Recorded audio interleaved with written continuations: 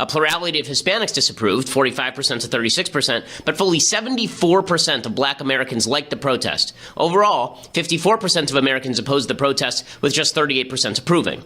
That racial polarization that gripped the nation over the last several years, thanks to the rise of Black Lives Matter and President Obama's decision to humor racially divisive politics, it didn't leave football untouched. And the leftists at the sports networks, in an attempt to mirror their political idols of the Democratic Party, celebrated as their own industry imbibed from the intersectional bottle. The cost?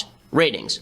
Mixing politics into sport has withdrawn an essential part of our civic culture from the realm of the universal, and that's going to have larger ramifications than merely a drop in NFL ratings. I'm Ben Shapiro. This is The Ben Shapiro Show.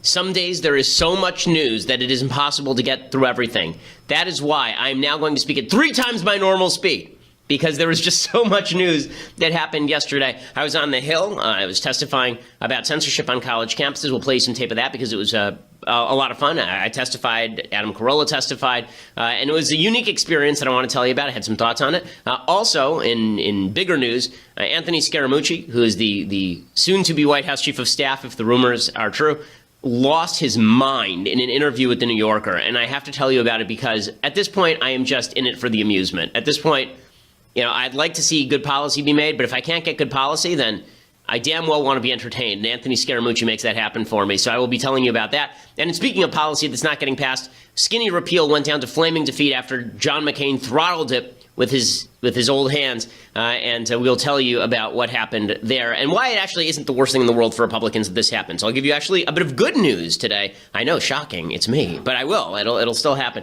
But before I get to any of that, if that's not a lineup, I don't know what is. Before I get to any of that, I first want to say thank you to our sponsors over at Pro Flowers. So I was recently sent a bouquet of farm stand flowers from Pro Flowers for my wife. And what's super cool about farm stand flowers is that they change what's in the bouquet depending on what's seasonal. So when you get a new farm stand flowers bouquet, it may be different than the last one you got. So it's always a bit of a surprise. It's always fresh. It's always high quality. And when you send Pro Flowers farm stand flowers, you get 20% off this collection or any other of their unique exclusive bouquets of $29 or more. ProFlowers.com makes choosing the right surprise bouquet simple and quick. They're guaranteed to stay fresh for at least 7 days or your money back. I've gotten many bouquets over the years from ProFlowers.com. Particularly when I'm on the road, I like to send my wife flowers. And these things stay fresh forever. I mean, they stay fresh a lot longer than the flowers that you would get from the local market, which start to wilt almost immediately upon you arriving home. ProFlowers.com has a guarantee that they will stay fresh for at least 7 days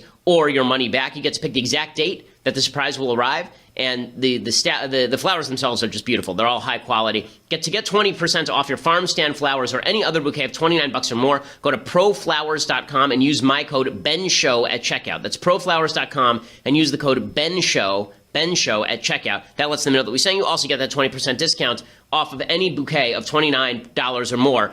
Farm stand flowers would be my choice. It's just fantastic stuff. My wife really appreciated it, which is good because I piss her off enough that I have to keep her happy somehow. So go to proflowers.com and use the promo code BENSHOW at checkout to get that 20% discount. Okay, so I don't even know where to begin because there is so much entertaining things. There's so many things, all the things. So I'm actually going to start in a place where I think the media is not covering things. And that is, there's a story that came out yesterday that really does throw a crimp into the style of the Democrats when it comes to this Russian narrative. I talked about this a little bit yesterday. I wanted to give you the update.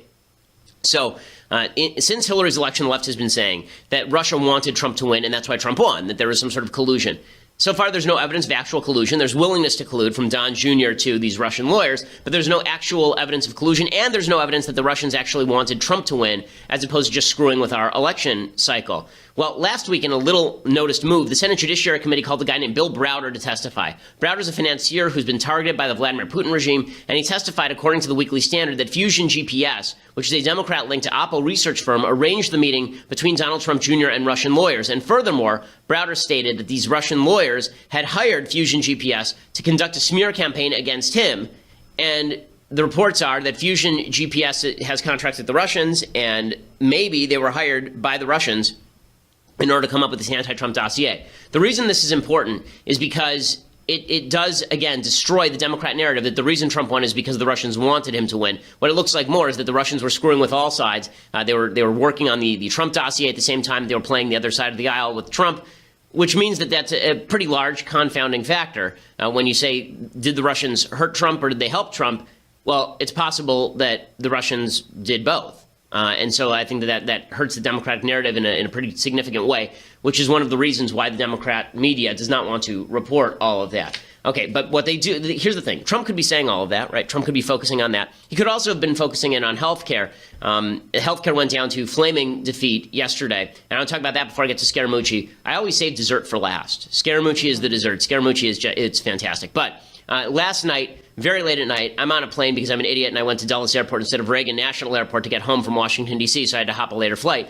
And on the flight home, I'm sitting there. There's nothing worse than being in a middle seat watching CNN cover a late-night healthcare vote. It's just a bunch of old people milling around on a floor, and you don't know what's going on, but everyone's trying to read body language.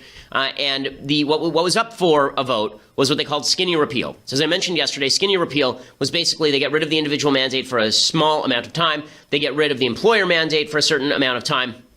What they really repeal are the penalties for the individual mandate and the employer mandate. In reality, the medical device tax was suspended for only 3 years. Philip Klein had a good breakdown at the Washington Examiner. And the employer mandate penalties would go to zero at first, but would come back actually by 2025.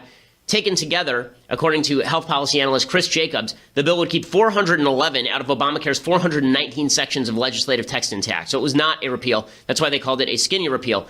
The biggest problem with skinny repeal, and the reason a lot of people opposed it, is because it left all of the Obamacare regulations in place, but it got rid of the funding mechanism for the Obamacare regulations, which means all the prices are going to immediately begin rising very, very quickly in the individual market. It also didn't make any sort of Medicaid restructuring, so a lot of people would presumably be thrown onto Medicaid, a cost the government would then absorb. So it's not a good bill.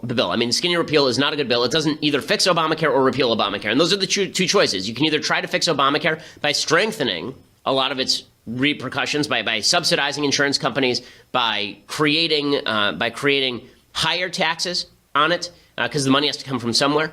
This is what Democrats would presumably like to do, or move to single payer. Or you can get rid of Obamacare entirely, which is what Republicans were unwilling to do. Instead, they sort of settled for the worst of both worlds, keep the regulations, get rid of the funding mechanisms, which destroys the insurance companies and forces Republicans to bail out the insurance companies. It's a crappy bill. So here is the process of thought. Republicans wanted to pass something more comprehensive. That was rejected on Wednesday. Then they said, okay, well, how about if we just do repeal only, which would be a broader version of repeal, but it would still leave the regulations in place. That went down to flaming defeat. And finally, they said, we'll do skinny repeal. But we in the Senate don't actually want to pass skinny repeal. We'd like to have some subsidies in there, but we can't pass that through our Senate right now. So what we want to do is pass skinny repeal and make Paul Ryan say that he won't pass skinny repeal in the House. And then we'll go to conference committee. We'll come up with a bill that we can all agree on, and then we'll re-vote it. And Paul Ryan was not giving a lot of signs that he was going to do that. He sort of kind of committed to the idea that they were going to go to a committee that was going to put together a conference committee that was going to put together a new bill. But in the end, the bill goes down to flaming defeat after John McCain, Susan Collins, and Lisa Murkowski decide they're not going to vote for it. Collins and Murkowski were never going to vote for it because they don't actually believe in repealing Obamacare. McCain didn't vote for it, presumably because McCain was angry at the process. So as we played his speech a couple of days ago, he basically said, I don't like how this is being done. I'm going to vote on a motion to proceed, but I'm not going to vote on any bill. And he fulfilled that promise to the Democrats. That's who John McCain is. That is no great shock. However, I think a lot of the sort of freak out is over the top. I think a lot of the freak out is over the top. Now, listen, Ted Cruz is right in 2012 when there was the government shutdown and Ted Cruz said, listen, if we don't defund Obamacare right this instant, it is going to be ensconced in American life. It is going to be enshrined in American life. It's going to be very difficult to get rid of it. He was exactly right when he said that. That has obviously been proved to be true. The Republican Party has been lying for 7 years that they actually wanted to get rid of this thing. They clearly do not want to get rid of this thing. Cruz last night, he said, listen, no party can remain in power by lying to the American people and then not fulfilling promises. There's no issue I have fought harder on, devoted more time to, than stopping the disaster that is Obamacare. And mark my words, I am committed to this fight. As long as there is breath in my body, I will be fighting for the working men and women of this country that are being hurt by Obamacare, and I believe it will be repealed. No party can remain in power by lying to the American people, and I hope and pray that our party doesn't try to do that. Okay, and that is what the party is going to try to do. They were lying for a long time. However, the political costs here are not quite as clear-cut as the Democrats are trying to make it. So the Democrats are saying, big victory for us, big win for us. Not quite. So it's a loss for Mitch McConnell, who was supposed to be able to get his caucus together to do something, and he couldn't, right? It's a loss for Senator Turtle. It is a loss for Donald Trump, who, unfortunately, his late-game push for health care, namely saying that his attorney general was a poophead, did not actually have the impact that people thought it was. His closing argument that his attorney general was garbage, that actually didn't, believe it or not, push this bill over the finish line. So tweeting out a couple of times, "We can do it," which is basically what he tweeted out like 2 minutes before this vote, and then it failed. That isn't going to do it because, unfortunately, the way the system works, it's not Trump's fault completely, but Trump has to be the spearhead. He has to be the guy who builds up the credibility of the bill. He's got to be the guy who creates public pressure. This is what Obama did on a regular basis. Obama was good at this. Trump is not. And so it is Trump's fault a little bit. But here is the truth. If Republicans had passed the skinny repeal bill, and if that had gone to Trump's desk, and if he had signed it, they would have had a momentary celebration. And then the premiums would have started rising dramatically. It would have been very difficult to get Republicans to vote for subsidies to bail out all the insurance companies. If they did, they would then own the subsidy regime. And as the insurance premiums continued to rise and they were now sponsoring subsidies, there would be a call for single payer from the left, and Republicans would own this thing. Right now, it's unclear who owns this thing. Right? Democrats made it. All the failures are Democrats' fault. Are voters going to blame Republicans for not fixing it, or are they going to blame Democrats for creating it? That's not actually clear. Also, when you push a bill that was proposed at lunchtime and you vote on it by midnight, that's not going to make anybody happy. Process doesn't matter very much. When there's a widespread perception that the process has been corrupt, that does matter. I mean, we should have learned this from the Democrats. In 2010, the Democrats rammed through Obamacare through a crappy process. They hid the text of the bill. Nancy Pelosi said, we'll only know how it works basically once it's implemented. And the effect of that was that they lost 1,000 seats across the country. They lost the House, they lost the Senate, and they lost the White House. So we have a good history of what happens when you pass an unpopular bill through inauspicious means, and unsavory means. It's not good. So to a certain extent, there's a good possibility that John McCain and Susan Collins and Lisa Murkowski actually saved the Republicans from themselves on this thing. Better to pass no bill in some cases than to pass a crappy bill that gives you ownership of the entire system. So I'm not completely, you know how cynical I am about politics. I'm not completely sold on the idea that this is a killer for Republicans if they don't pass anything. And I think that Trump is not entirely wrong when he says if this thing continues to fall apart, people are going to look for a fix. And they're not going to they may not look to Democrats who built the thing in the first place. So with all of that happening, it would have been helpful if Trump actually wanted to push something through, which apparently he did. If he wanted to push something through, it would have been helpful if he weren't distracted by stupidity. It would be helpful if he wants to fight back on the Russia thing if he weren't distracted by stupidity. Unfortunately, he's deeply distracted by the stupidity inside his own administration. It has basically become Game of Thrones. And it's really quite hilarious. It's like Game of Thrones, but if it were with Muppets. That's sort of what's happening here. So in just a second, I'll give you the Scaramucci update. But before I do that, I first want to say thank you to our sponsors over at the U.S. Concealed Carry Association. So USCCA is one of the finest organizations in America. They help educate you about how to use a gun. They help you obtain a gun because they now have a drawing that they are doing at defendmyfamilynow.com. You have 5 big chances to win $1,776 worth of guns and ammo. The most important thing they do over at the USCCA is they make sure you are legally and financially protected for after you pull the trigger. They give you the education and the training, but then what happens after you have to shoot at somebody or shoot somebody? The police come, the next 3 years of your life are wrapped up in court. This is what USCCA is for. They are there to protect you in case of legal proceeding based on you having to use a gun in self-defense. Just a group that is vital for all gun owners. You should have membership with USCCA. You never want to be put in the position where you're unprepared, and USCCA makes sure that you are prepared for before, during, and after a shoot. So defendmyfamilynow.com is the place where you can get 5 chances to win $1,776 worth of guns and ammo.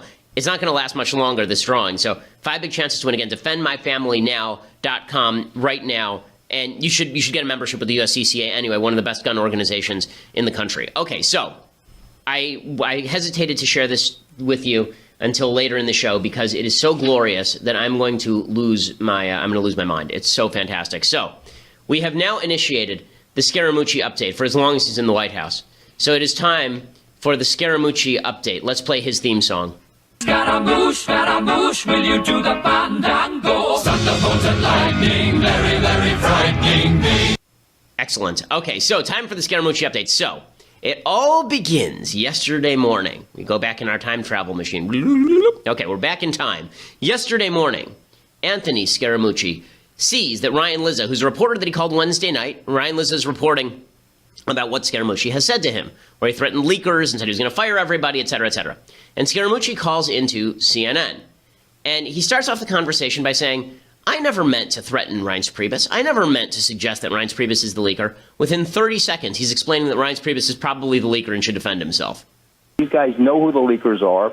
I respect them for not telling me because I understand and respect journalistic integrity.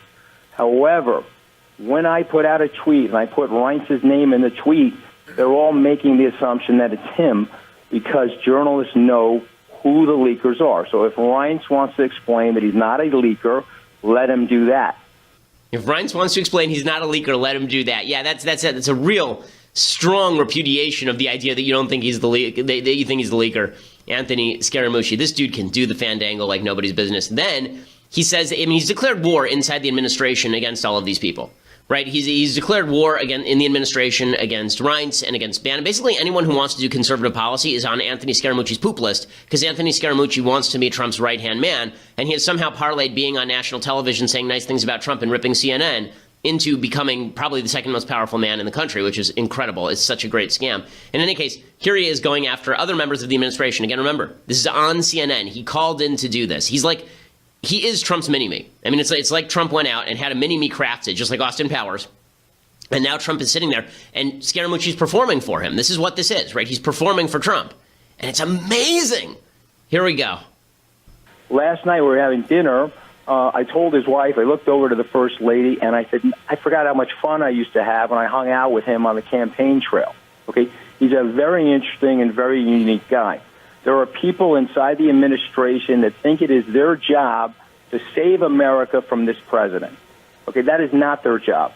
Their job is to inject this president into America and so that he can explain his views properly and his policies so that we can transform America and drain the swamp and make the system fairer for the middle and lower income people. Look, I understand that. You understand that we have to inject Trump like Botox into the buttocks of America. That's what has to happen here. We can't contain him in any way. We can't ask him to promote policy in any way. We need more to let Trump be Trump. And this was always going to happen. I thought it was going to be Bannon, by the way, who pushed this line because Bannon is a sycophant to power. But it turns out that Steve Bannon, at long last, has some principles and actually wants to promote those principles in power.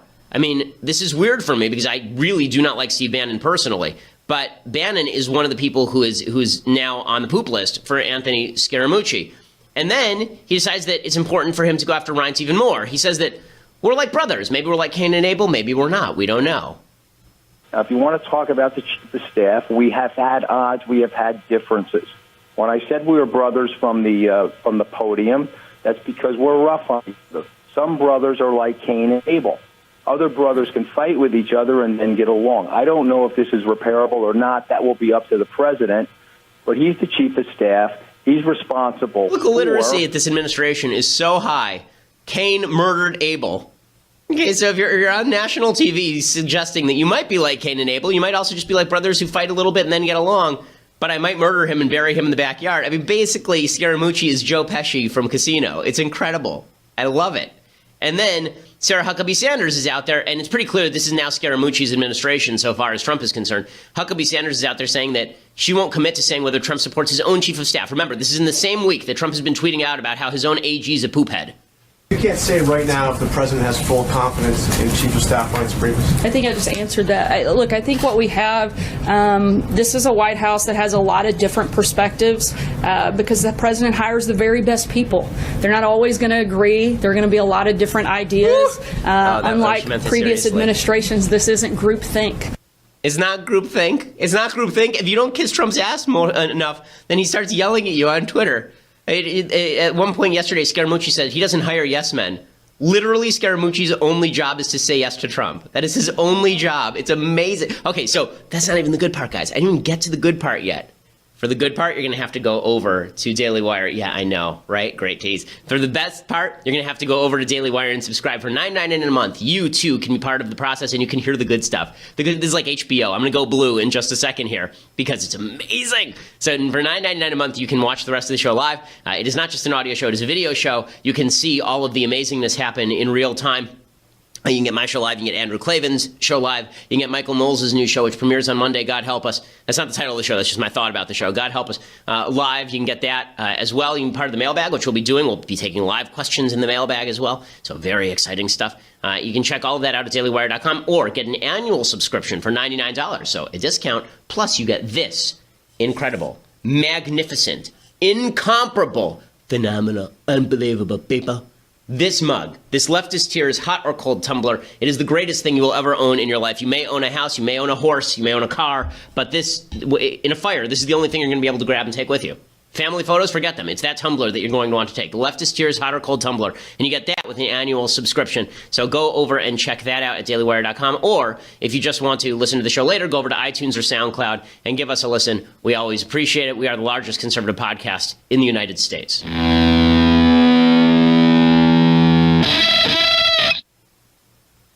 Okay, so now the good stuff. So, last night, after Scaramucci goes on CNN, and things seem to have calmed down a little bit because now we're all going to focus on the healthcare stuff, and now we're all going to focus on what Trump is doing about Sessions, and we're all going to focus on some of the Russia stuff, and we'll go about our daily business. No, we won't, because the magic happened. Ryan Lizza releases a piece about what Scaramucci had said to him on Wednesday night. Scaramucci apparently does not know. This is what Scaramucci basically says. He does not know the difference between on the record and off the record. So, for those who don't understand how this works, okay, when you're speaking with a journalist, and you're a source for a journalist, the person who you are speaking to, the journalist, has to agree that something is off the record in order for it to be off the record. So if I'm on the phone with a journalist and I say, hey, this is off the record, and the guy doesn't agree, it's not off the record. It's all an honor system, essentially, because journalists don't want to burn sources because then they can never use the sources again. So off the record means what I'm saying to you can never be printed in any circumstances. On background means that you can print it, but you're going to quote me as, say, an unnamed Daily Wire employee, right? That would be on background. And then finally, there is on the record, which is you can quote me as it stands. Anybody who has done one iota of media knows this. Okay, Anthony Scaramucci is the head of White House communications, and he did not know this. At least that's his excuse. Then he said, no, it's kind of on purpose that I did this. Okay, so why does that matter? Because he did an interview with Ryan Lizza, and I'm going to tell you about this interview. So he started off by threatening to fire everyone on the White House communications staff. He said, the mooch said, first of all, every time I see him, all I am reminded of, he's like a cross between, he's like some perverse cross between Christian Bale from American Psycho, Leonardo DiCaprio from The Wolf of Wall Street, and Ellis from Die Hard. Hans, Booby, I'm your white knight, that guy. So anyway, the mooch, I love it so. Like Patton, I love it so. He says, I asked these guys not to leak anything and they can't help themselves. You're an American citizen. He's talking to a reporter now. You're an American citizen. This is a major catastrophe for the American country. So I'm asking you as an American patriot to give me a sense of who leaked it.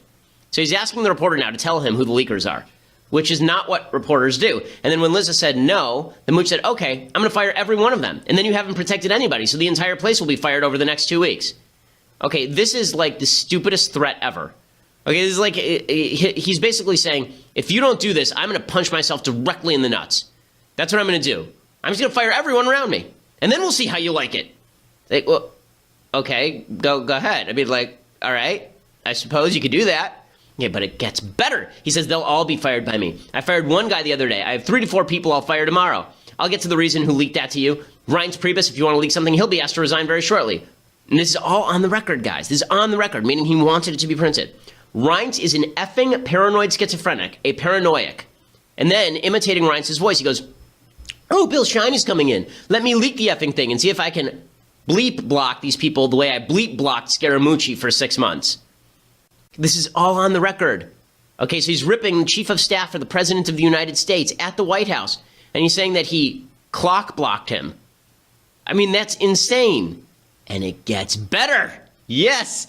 So then Scaramucci was very upset because there was a release of his public disclosure forms. He was working at the Export-Import Bank, and you have to fill out all these forms. Those are public record after a certain period of time. So those were released this week. He thought that Reince leaked them to the media and accused Reince of committing a felony. He said, quote, "I've called the FBI and the Department of Justice. The swamp will not defeat him. They're trying to resist me, but it's not going to work. I've done nothing wrong on my financial disclosures, so they're going to have to go F themselves."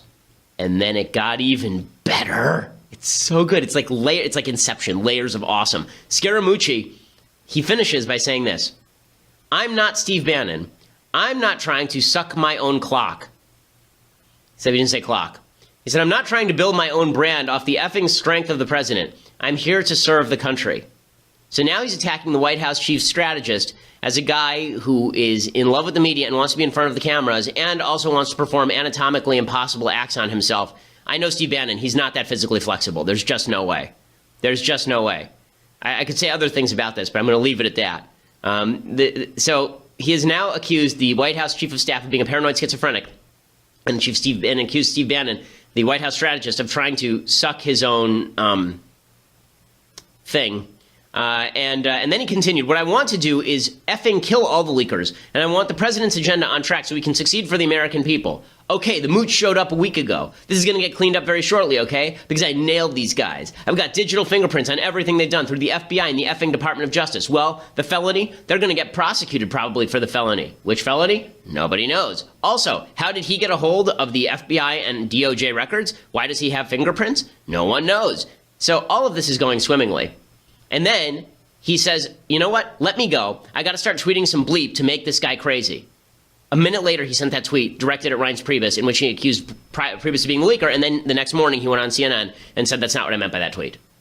Just unreal. So good. So here is the question for everyone. I'm wildly entertained, okay? If I had my druthers right now, the only person in the administration I care about maintaining is Anthony Scaramucci. Like, this is, I don't care if they fire everyone. I don't care if they fire Pence. Like, all I want from life right now is Anthony Scaramucci in front of the camera every minute of every day. I don't think Trump feels the same way. The reason is because Trump wants to be in front of the camera every minute of every day, which is why Steve Bannon did the clever thing of going to his old friends at Breitbart. He went to Tony Lee, who's a reporter very friendly to Trump. And to Bannon, who was very friendly when Bannon was there. And Tony Lee ran a long piece about how Scaramucci was stealing the spotlight from Trump, which is, of course, the smartest way to appeal to Trump is to say someone is stealing your spotlight. And Trump goes, no one steals my spotlight. Hit him with a hammer and bury him in the desert. So that's Bannon's take. So they're both trying. It's great. Scaramucci's trying to accuse Bannon of trying to steal the spotlight, and Bannon's trying to accuse Scaramucci of stealing the spotlight, all in a battle to try and be second in command to Trump. But Scaramucci has no principles and doesn't care about what Trump pushes, and Bannon has some principles, but some of them suck. So all of this is just going awesome, as I think the short story here. Also, Jeff Sessions, who's the Attorney General, he's just got to be relieved that now he's out of the spotlight, because earlier this week, all Trump cared about was ripping on Jeff Sessions. Jeff Sessions was talking to Tucker Carlson, and he said Trump's tweets have been very hurtful this week. You've seen the president's criticism of you. Do you think it's fair? Well, it's kind of hurtful, but the President of the United States is a strong leader. He is determined to move this country in the direction he believes it needs to go to make us great again. And he has had a lot of criticisms, and he's steadfastly determined to get his job done, and he wants all of us to do our jobs, and that's what I intend to do. The president, that's sort of the latest. So even as Sessions is trying to be the loyal soldier here and saying it's kind of hurtful, it's basically turned into a dating show. Will Trump and Sessions make up? Will Scaramucci and Reince get into a clawing match? I mean, this is reality housewives of Washington, D.C. It's incredible. I mean, one of these people could end up replacing Melania. I mean, you just don't know. It's wildly entertaining. Now, does it forward any policy? Of course not. It doesn't do anything to forward policy, okay? We haven't had any policy except for Gorsuch in like 6 months. But at least this part of it's ramping up. At least this part is entertaining. So what you're starting to see is that it undermines Trump's entire agenda, because Trump, personnel is policy, and he's not selected the best people. And not only has he not selected the best people, he's treated his own employees like the Joker treats people in The Dark Knight. He's basically said, I'm hiring, here's a pool cue. There's one pool cue and two of you. One of you comes out alive and gets hired. This is not the way to run an administration. And this is why you're seeing senators beginning to buck Trump. Ben Sasse has openly said now that if Trump is going to fire Sessions and then try to make a recess appointment of a new attorney general, that we're going to stop him in the Senate. In 2014, the U.S. Supreme Court ruled that the Obama administration had made unconstitutional appointments when it declared this body to be in recess, when the U.S. Senate was not, in fact, in recess, and it functionally claimed power. That is, the administration functionally claimed power that belonged to the Senate under our Constitution. So today, I've come to the floor to keep my promise and to offer a word of humble advice to the President.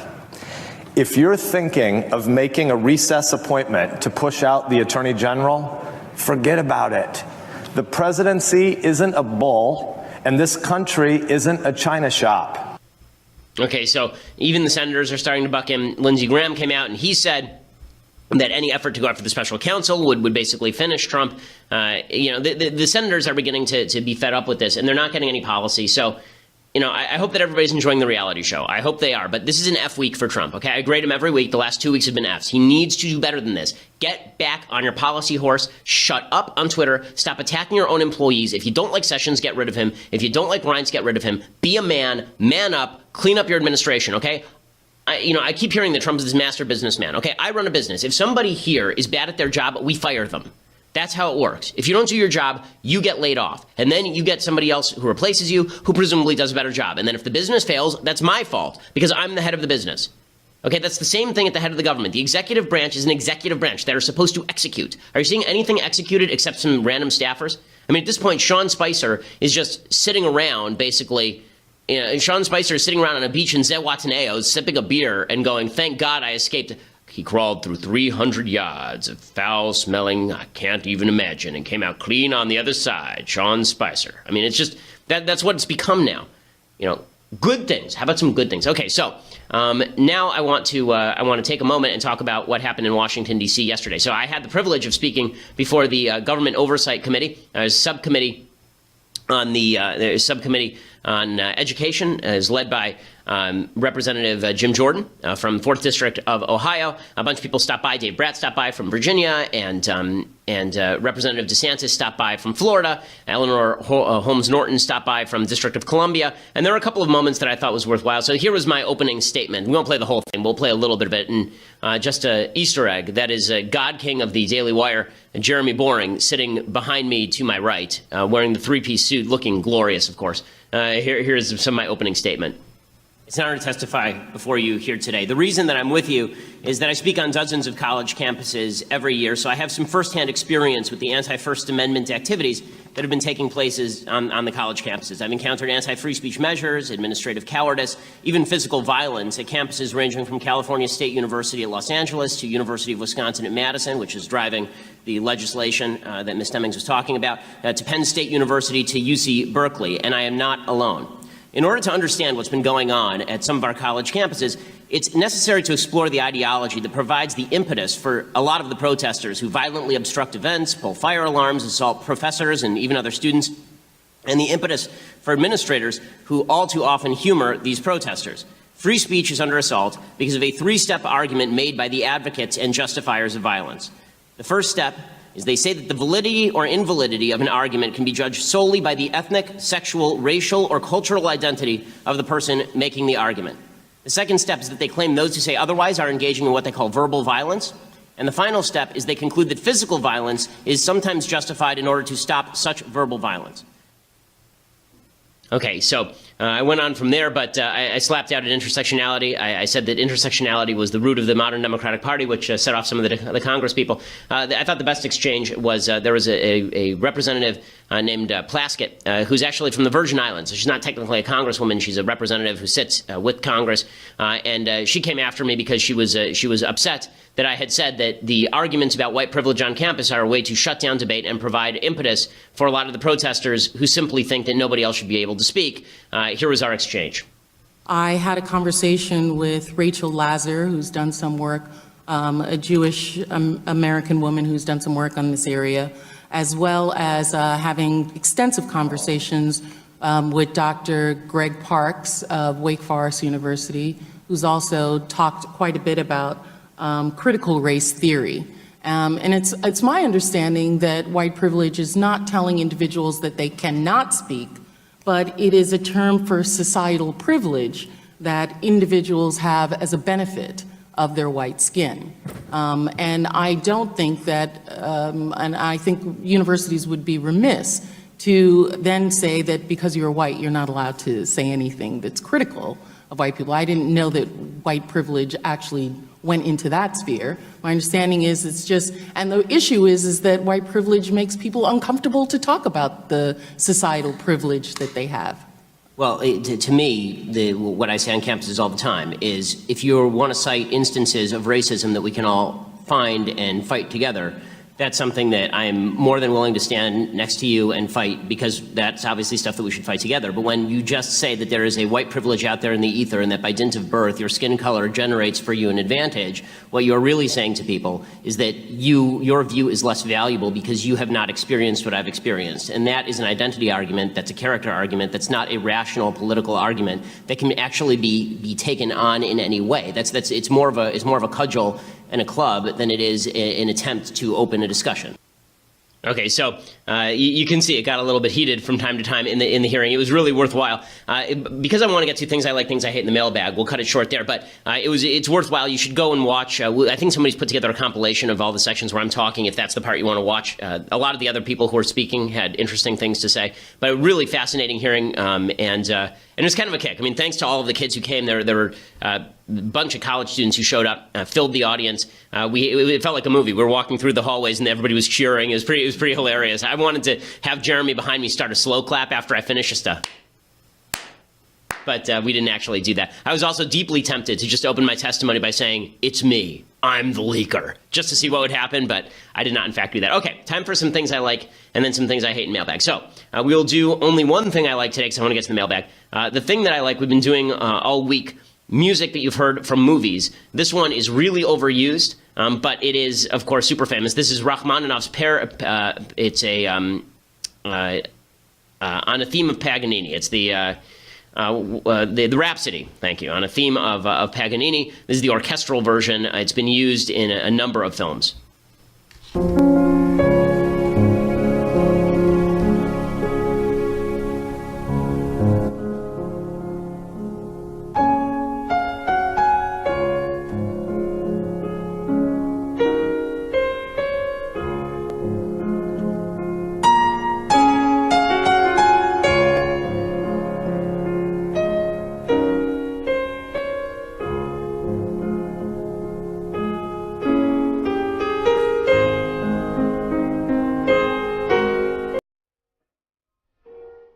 That's beautiful music, obviously. This is used in movies ranging from Dead Again, which is a little-known Kenneth Branagh film, to Somewhere in Time, which is the most famous use. This is with Christopher Reeve and, what's her name? I can never remember the name of the, Jane Seymour. It's Jane Seymour, which is a takeoff on a movie Time and Again, which is a better book than it is a movie. Apparently it was used recently. It was used in Groundhog Day also. They use it briefly in Groundhog Day because Bill Murray learns to play the piano, and then he uses this to woo women.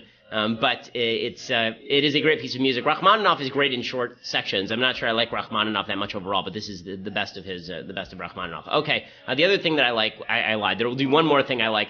Representative DeSantis, who's just a hilarious fellow from Florida. He's a big fan of the show, and his wife is a sweetheart, and he had me FaceTime with her a little bit beforehand. And he actually asked me that Ben Shapiro Thug Life is now part of the congressional record. This is a thing that happened. Ben Shapiro, who came up with the Thug Life, Ben Shapiro?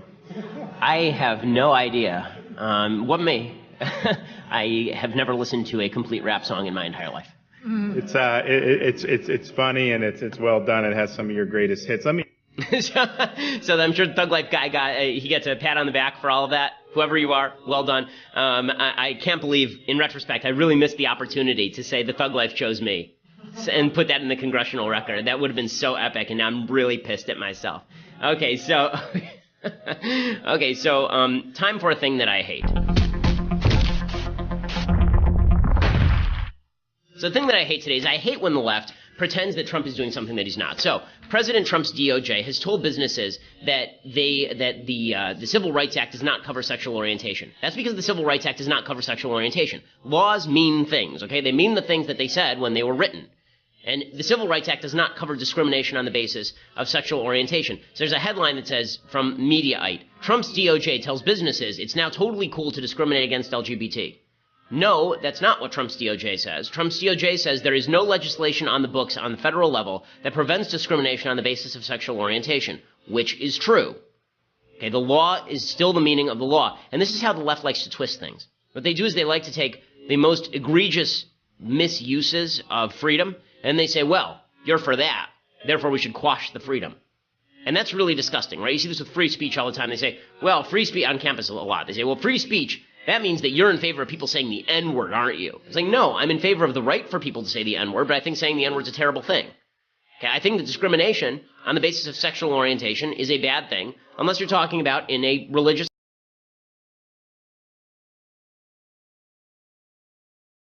that the federal government has a role to play in jumping on this. Number one, I think, is anti-freedom. And number two is, I think, I don't think that the government at all should be involved in issues of this order, but it is certainly not covered by the Civil Rights Act. You don't just get to rewrite law because you wish that the law said something that it doesn't say.